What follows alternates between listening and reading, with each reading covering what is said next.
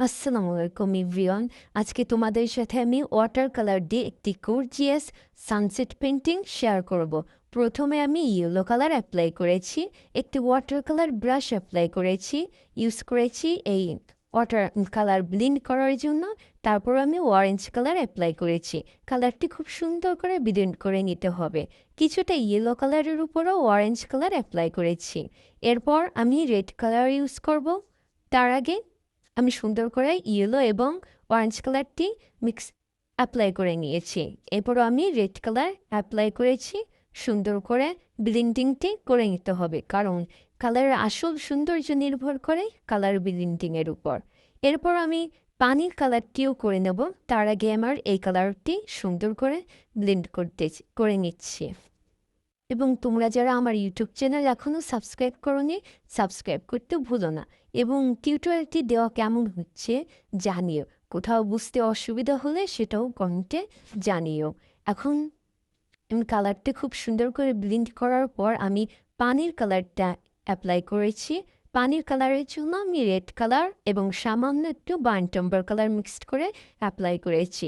Use করেছি water colour brush এবং পানির কালারটি খুব সুন্দর করে ব্লেন্ড করে নিয়েছি, যাতে পানির রিফ্লেকশনগুলো সুন্দর আসে। দেওয়ার কাজগুলো আমি পরবর্তীতে করব, ঝোপঝাড় গাছপালা এগুলো দেওয়ার পর। তোমরা ততক্ষণ আমার কালার ব্লেন্ড দেখো এবং কেমন হচ্ছে জানাতে ভুলবে না। আর এই ওয়াটার কালারগুলোর দাম কিন্তু বেশি নয়, তোমরা চাইলে পারচেস করতে পারো। এবং আমি দেখতেই পারছো কিছু জায়গা ফাঁকা রেখেছি, ওই জায়গায় আমি নৌকার কাজ করব এবং ঝোপঝাড়ের কাজ করব। এখন আমি ইয়েলো কালার অ্যাপ্লাই করেছি। পানির সাথে পানির যে কালারটা আর রেড কালার ওইটার সাথে ইয়েলো কালারটা একটু ভালো করে মিক্সড করে নেবে। তারপর নদীর যে ঢেউর রিফ্লেকশনগুলো দেব, সেগুলো দিতে আরও বেশি সুবিধা হবে পরবর্তীতে।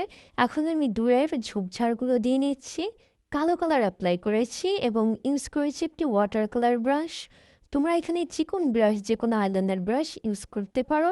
সূর্যের কাছে যতটা কাছে আসবে ঝোপঝাড়গুলো, তত ছোট হতে থাকবে এবং ওই পাশের গুলো একটু বড়ই হবে। এখানে তোমরা চাইলে মাস্কিং টেপও ইউজ করতে পারো, তবে মাস্কিং টেপ ইউজ না করলে খুব সাবধানে এই জায়গার ঝোপঝাড়গুলো দেবে, কারণ আঁকাবাঁকা হলে সুন্দর লাগবে না, রিফ্লেকশনটা সুন্দর আসবে না। এরপর ঝোপঝাড়গুলো এই পাশেও দিয়ে নিচ্ছে। এই পাশেও ঠিক একই রকম, সূর্যের যত কাছে আসবে তত ঝোপঝাড়গুলো ছোট হতে থাকবে। তোমরা এগুলো খুব সাবধানেই করতে হবে। এখন এর ভিতর আমি কিউট কিউট কিছু গাছও দিয়ে নেবো, ডালপালাও দিয়ে নেবো। এগুলো একটু বেশি ছোট ছোট হবে এবং পরবর্তীতে আইলাইনার ব্রাশ দিয়ে আমি এগুলোর পাতাগুলো স্পষ্ট করে দেবো।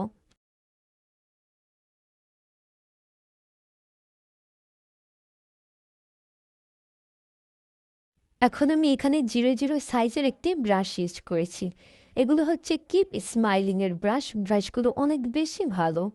এবং কিছু ছোট ছোট খেজুর গাছ পেন্টিং করেছি, যেগুলো খুবই সুন্দর এবং আরও বেশি একটু রিয়েল রিয়েল লাগে এই গাছগুলো, খেজুর গাছগুলো পেন্টিং করলে।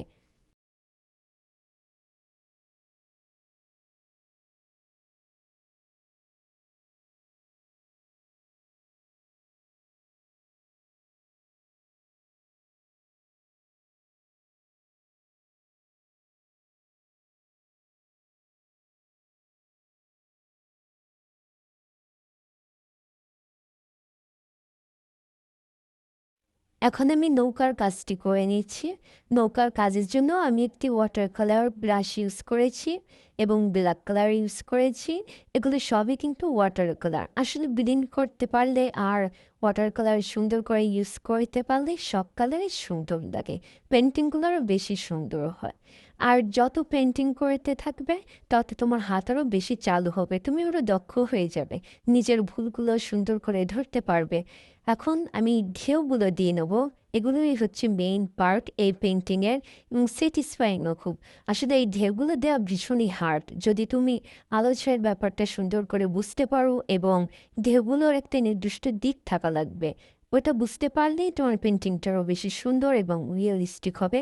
আমি এখানে একটি ফ্ল্যাট ব্রাশ ইউজ করেছি এবং ওয়াটার কালার ব্ল্যাক কালারটি অ্যাপ্লাই করেছি। তোমরা দেখতেই পারছো আমি কিভাবে ব্রাশটি দিয়ে ঢেউগুলো দিয়ে নিচ্ছি। এখানে একটু বেশি ডার্ক ইউজ করেছি কারণ এটি হচ্ছে সানসেট পেন্টিং। এখন আমি ঘাসগুলো দিয়ে নেবো।